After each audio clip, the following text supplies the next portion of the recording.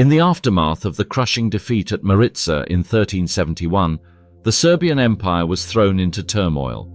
The death of key nobles, Vukašin Mrnjavčević and his brother Ugljesa, left the state leaderless. Soon after, Emperor Uros V, known as Uros the Weak, died without an heir, ending the long reign of the Nemanjic dynasty. As the empire fragmented, local lords seized control of their own territories, leaving the Christian realms divided and vulnerable to Ottoman incursions. Although Sultan Murad I could have defeated each territory individually, he recognized the difficulty in maintaining control over newly conquered areas, which could incite opposition. Thus, he chose a strategy of diplomacy, extending peace to noble families like the Dejanovics in exchange for their vassalship. This approach was replicated in Bulgaria and Byzantium, where similar peace agreements kept these territories subdued without bloodshed. Further west, Prince Marko, son of King Vukašin, resisted Ottoman vassalage initially, but, weakened by Maritsa's losses, he eventually recognized Ottoman authority to secure his rule. With Murad's efforts, a relative peace blanketed the Balkans, which he used to bolster Ottoman strongholds for future expansion into Europe. Amid this calm, Lazar of Moravian Serbia emerged as a powerful figure, leveraging the fall of the Mrnjavčević family to consolidate his rule. His son-in-law, Vuk Branković, captured the strategic city of Skopje, and Lazar soon expanded his influence further by forming an alliance with Bosnian band Tvrtko and Hungarian noble Nicholas Garai. This coalition crushed rival Prince Nikola Altomanović, with the spoils divided among the allies. Through these conquests, Lazar fortified his resources, manpower, and tax base, eventually claiming authority over Serbian lands. Meanwhile, Sultan Murad resumed his Balkan offensive, dispatching Ottoman raiding parties to weaken Christian territories through economic disruption and psychological warfare. In 1381, an Ottoman detachment penetrated Serbian lands, but was defeated by Lazar's forces at Dubravnica. Undeterred, Murad launched a larger offensive, capturing strategic cities like Ceres and Sofia, positioning his forces for an invasion deeper into Serbia. Although Lazar's troops dealt a setback to the Ottomans at Plochnik in 1386, Ottoman forces retained control of Niš and continued their pressure. Inspired by this Christian victory, Bulgarian Emperor Ivan Shishman renounced his vassal obligations to Murad, only to be overrun again when the Ottomans retaliated with a decisive invasion. As tensions grew, Murad prepared for a full-scale campaign to subjugate Lazar. Lazar, anticipating Murad's advance, rallied allies, including Tvrtko, who sent seasoned commander Vlatko Vuković. Vuk Branković, who ruled Kosovo, also joined Lazar, and Christian knights from neighboring realms may have lent support. By June 1389, Lazar's and Murad's forces faced off on Kosovo field. The Ottomans, likely numbering 30,000, relied on infantry and archers, while Lazar's 20,000-strong army comprised heavy cavalry, aimed at breaking the Ottoman lines with a powerful charge. Murad anticipated this tactic, deploying his archers and arranging spikes to counter the cavalry assault. As battle commenced, the Serbian cavalry charged fiercely, pushing back Murad's left wing. Reports indicate that Serbian knights breached the Ottoman camp, where a daring attack may have killed Murad himself, though accounts vary. Seizing this moment, Bayezid, Murad's son, assumed command, rallying Ottoman forces to counterattack. Under pressure, the Serbian left wing collapsed, and the right wing, led by Branković, began to retreat. Lazar's center was overrun, and he either perished in battle or was captured and executed. Despite Ottoman losses, Bayezid's control over the battlefield enabled the Ottomans to claim victory. Though Murad's death spread hope across Europe that Ottoman expansion had been halted, the Serbian forces were devastated. In the aftermath, Lazar's widow, Princess Milica, submitted to Bayezid, who resumed Ottoman campaigns soon after, supporting Serbian vassals against Hungary.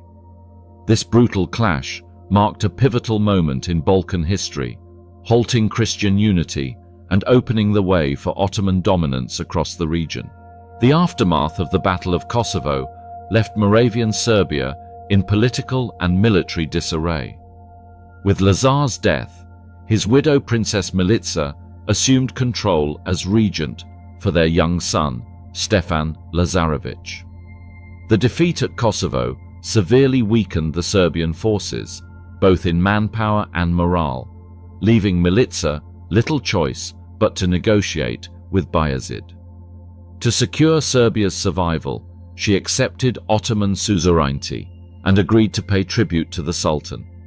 In a gesture meant to ensure peace, she sent her daughter Olivera to Bayezid's court as part of a political marriage, binding the Lazarević family to the Ottoman Empire. Vuk Branković, however, who had managed to withdraw his troops relatively intact, resisted Ottoman control, continuing to defend his territories independently. This defiance set Branković apart, but his efforts ultimately delayed rather than stopped Ottoman advances in the Balkans. Over the following years, the Ottomans gradually solidified their influence across the region, using their Serbian and other Balkan vassals as pawns in conflicts with Hungary and other neighboring powers. Bayezid was especially effective in this strategy, leveraging tribute and alliances to fund his military ambitions. Meanwhile, Stefan Lazarević matured and eventually assumed leadership of Serbia. Under his rule, Serbia maintained a delicate balance between cooperation and subtle resistance against Ottoman dominance. Stefan, a skilled warrior and astute politician, won Bayezid's trust and became a high-ranking Ottoman commander, serving in Bayezid's campaigns. This allegiance provided temporary stability for Serbia, allowing Stefan to modernize his army and administer his lands effectively, even under Ottoman overlordship. His reign marked a period of relative prosperity and cultural flourishing, with literature, art, and architecture experiencing a brief revival. The broader Ottoman strategy, however, did not pause. Bayezid embarked on campaigns that extended Ottoman control further into Europe, facing Hungary and encroaching upon Central European territories. The Battle of Nicopolis in 1396, where a coalition of European forces was crushed by Bayezid's army, marked a significant milestone in Ottoman expansion and reinforced the Sultanate's grip over the Balkans. Yet, the Ottoman rise faced an unexpected obstacle in 1402, when Bayezid was defeated and captured by Timur Tamerlane at the Battle of Ankara. This catastrophic loss threw the Ottoman Empire into a period of civil strife known as the Ottoman Interregnum, with Bayezid's sons battling for control. This turmoil presented an opportunity for Stefan Lazarević and other Balkan leaders. Stefan seized the moment to assert greater autonomy for Serbia, using the temporary Ottoman weakness to consolidate power and strengthen Serbia's defenses. He skillfully navigated alliances with neighboring states and invested in cultural and military advancements that would shape Serbian identity for generations. The Battle of Kosovo thus had a lasting impact beyond the immediate Ottoman-Serbian confrontation. Though the Ottomans ultimately claimed the battlefield, the encounter became a symbol of resistance and sacrifice for the Serbs and remains a profound cultural touchstone. Songs, epic poetry, and traditions immortalize the valor of figures like Prince Lazar and the legendary Miloš Obilić, who supposedly slew Sultan Murad. Kosovo's legacy in Serbian folklore transformed it into a rallying cry, symbolizing resilience and the struggle for freedom against foreign domination. The symbolic resonance of Kosovo amplified during the Ottoman occupation, as Serbian culture continued to be shaped by memories of the battle. For the Ottomans, the victory at Kosovo paved the way for their continued advance into Europe, setting the stage for an empire that would span 3 continents. This moment of decisive confrontation marked a turning point in Southeast Europe, influencing the region's history, identity, and legacy long after the guns fell silent on the Kosovo plain. In the centuries that followed, the memory of the Battle of Kosovo continued to influence the Balkan landscape, not only politically, but also culturally and spiritually. For the Serbian people, Kosovo became more than just a historical battleground. It was immortalized as a symbol of sacrifice, unity, and the struggle for sovereignty. The narratives surrounding Prince Lazar's martyrdom and the heroic actions of the knights were preserved through epic poetry, oral traditions, and religious ceremonies, which instilled in generations of Serbs a deep sense of national pride and identity rooted in Kosovo. The role of the Serbian Orthodox Church was crucial in keeping the spirit of Kosovo alive. Monasteries and churches became sanctuaries of culture and resistance, preserving stories of the fallen heroes and teaching their significance to the faithful. Lazar, who was believed to have chosen a heavenly kingdom over earthly power by facing the Ottomans despite the odds, was canonized by the Church. This act cemented his place as both a saint and a symbol of righteous resistance in Serbian Orthodoxy. Each year, on Vidovdan St. Vitus Day, the anniversary of the battle, Serbians across the region would gather to commemorate their fallen ancestors, reinforcing Kosovo's place as a foundational myth of Serbian identity. Under Ottoman rule, the Balkans endured centuries of complex relationships between occupiers and the occupied. Some Balkan leaders, such as Stefan Lazarevic, continued to navigate these dynamics skillfully, balancing a degree of autonomy with loyalty to the Ottoman court.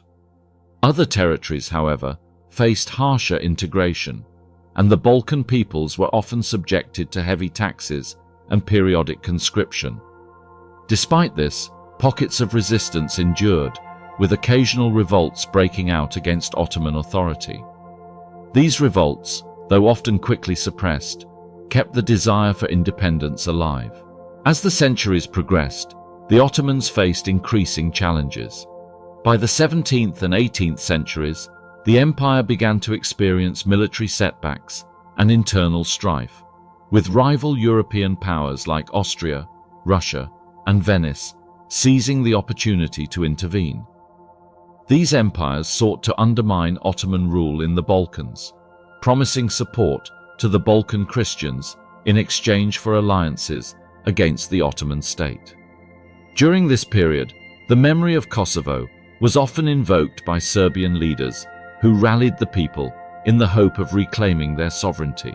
In the 19th century, as nationalist movements swept across Europe, the Serbs were among the many ethnic groups who sought independence.